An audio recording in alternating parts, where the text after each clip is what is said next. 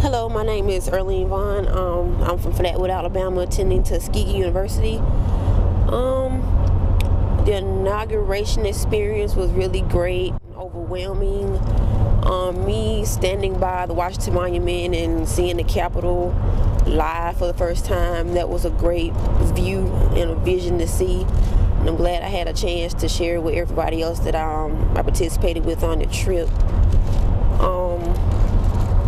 And watching Mr. Obama getting inaugurated, for some reason I kind of had a vision of me doing something, maybe politically, but I'm not sure.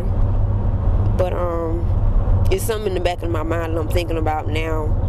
And I found that kind of strange because I never had an interest in political anything until he had an interest of running for president. So I think that was a great thing. And he also one of those people you can look up to now, even when he wasn't president, even when he was senator, he still was doing great things then in Chicago, and I think that speaks a great deal too. Also, in attending the SCLC conference banquet and other activities, that was really good too. Seeing people that I've only read about in magazines and seeing them on television, that was a really great feeling too, and also overwhelming. And since we're on our way back to Tuskegee, I always had a lot of memories in my mind with the inauguration and everything else that took place in the course of a few days. And I also will share with other people about this experience, and I hope they feel the same way as if they were there too. So I think that was really great. My name is Bernice Frazier, and I am one of the co-sponsors for the trip for the inauguration. I am the executive director of the Southern Christian Leadership Foundation. And this trip has meant a variety of things to me, not only with what I have experienced, but I have been on an emotional roller coaster of good things. And from the fact of knowing that we have in place now the leader of the world, in essence, is an African American, one that I thought I would never live to see.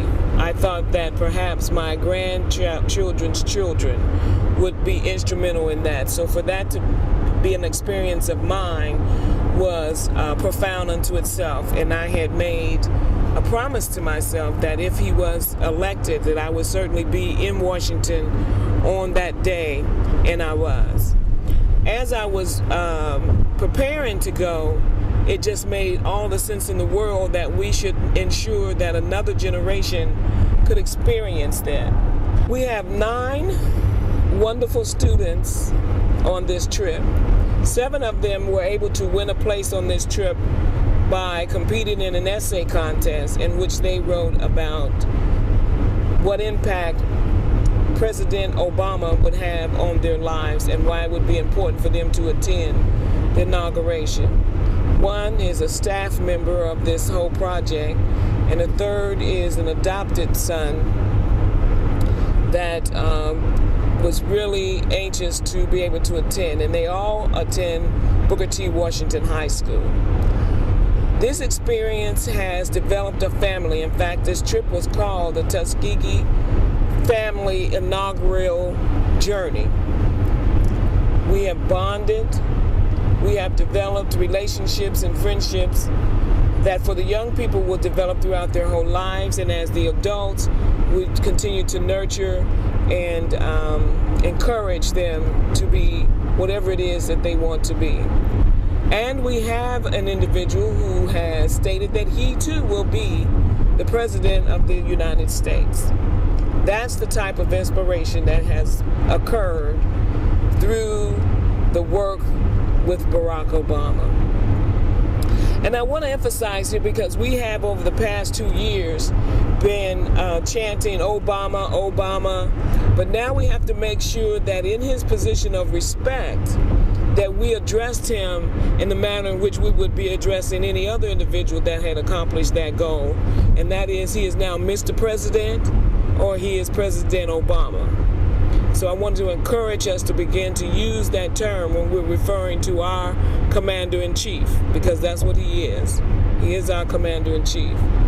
Now, on our trip here, we had a lot of obstacles on coming up, but all that did was strengthen us with resolve that we were going to make it.